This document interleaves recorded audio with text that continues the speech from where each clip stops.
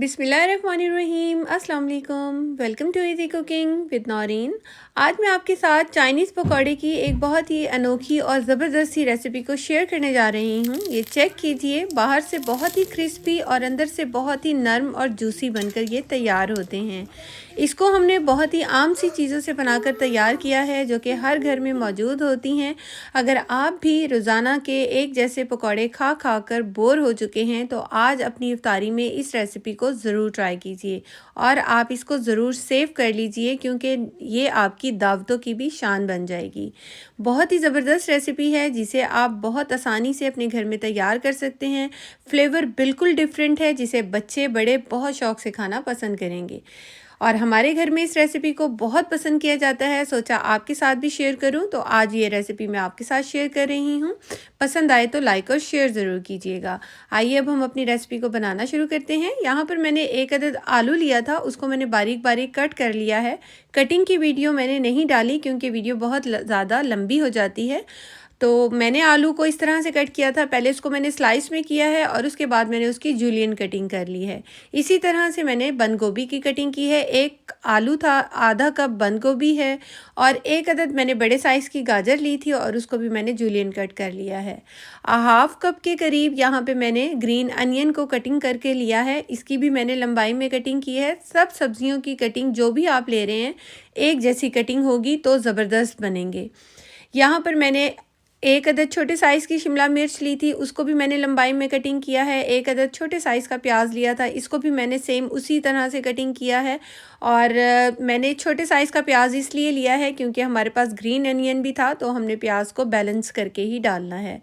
एक अदद breast piece लिया था मैंने चिकन का और उसको मैंने इस तरीके से लंबाई में कट किया है। इसको भी ऐड कर देंगे। आपने जब भी चिकन को ऐड करना है तो चिकन अच्छे से खुश्क होना चाहिए, उसके बाद ऐड करेंगे, वरना अजीब सी हमक सी आ जाती है। यहाँ पे मैंने हरा धनिया और हरी मिर्च ऐड की है और 2 टेबलस्पून मैंने कॉर्नफ्लोर के ऐड कर दिए हैं। और अब मैं यहाँ पर ऐड कर रही हूँ बेसन। बेसन के भी हमने 2 टेबलस्पून ही डालने हैं। बेसन या कॉर्नफ्लोर की क्वांटिटी मैं आपको इसलिए बता रही हूँ, दोनों चीज़ें मैंने 2-2 टेबलस्पून ली हैं। अगर आपकी कोटिंग इस तरह से नहीं आती, जो मैं आगे चलकर बताऊँगी, तो आप थोड़ी सी ज़्यादा भी कर सकते हैं। यहाँ पे मैंने थोड़ा सा नमक, थोड़ी सी काली मिर्च, कुटी हुई काली मिर्च, थोड़ी सी कुटी हुई लाल मिर्च डाली है। 1 टीस्पून मैंने ज़ीरा डाला है और 1 टीस्पून ही यहाँ पे चाइनीज़ नमक डाला है। और अब मैं एक अदद नींबू का रस इसके अंदर डाल दूँगी, जो कि 2 या 3 टेबलस्पून के करीब बनेगा।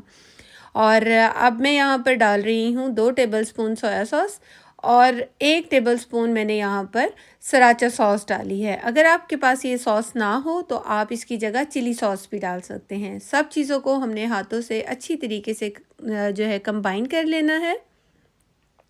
जब ये अच्छी तरह से मिल जाएगी तो फिर हमें अंदाज़ा होगा कि हमने इसके अंदर कितना पानी ऐड करना है। थोड़ा थोड़ा करके पानी डालेंगे और जितनी हमने इसको थिक रखना है, वो उतना ही हम इसको थिक रखेंगे। और मैं आपको आगे चलकर बताऊंगी कि हमने इसकी कितनी ज़्यादा इसके अंदर पानी को ऐड करना है। यहाँ पे ये देखिए, हमने थोड़ा सा सब्जियों को दबा दबा कर जो है इसको मिक्स करना है, ताकि ये कंबाइन हो जाए। और हमने सब्जियों के ऊपर हल्की सी कोटिंग आनी चाहिए मैदे की, और सॉरी कॉर्नफ्लोर की और बेसन की। इससे ज़्यादा कोटिंग नहीं आनी चाहिए। और यहाँ पर ये देखिए, मैंने आधे कप से भी कम पानी का इस्तेमाल किया है।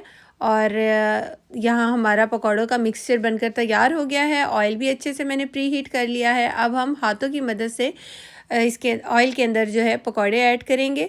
आपने उतने ही पकौड़े इसके अंदर ऐड करने हैं जितनी आपकी पैन की स्पेस होगी, ताकि हम उसको टर्न भी इजीली कर सकें और वो अच्छे तरीके से पक भी जाएं। 2 से 3 मिनट हमने मीडियम फ्लेम पर इसको पकाना है, क्योंकि हमने इसके अंदर चिकन डाला है, जिसको पकने में थोड़ा सा टाइम लगेगा।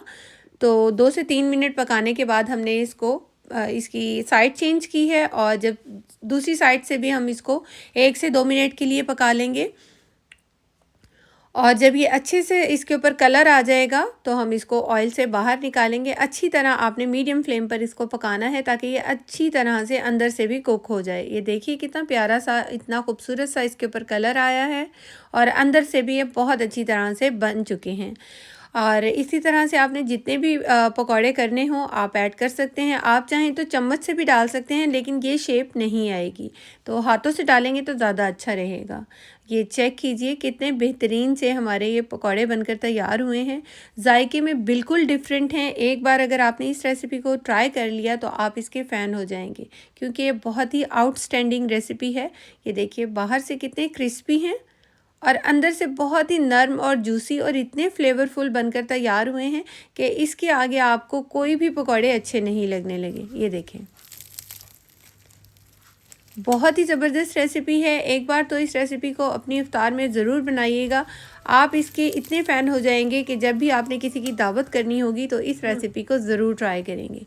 बहुत ही ज़बरदस्त रेसिपी है, आपने इसको ज़रूर ट्राई करना है, लाइक करना है, शेयर करना है।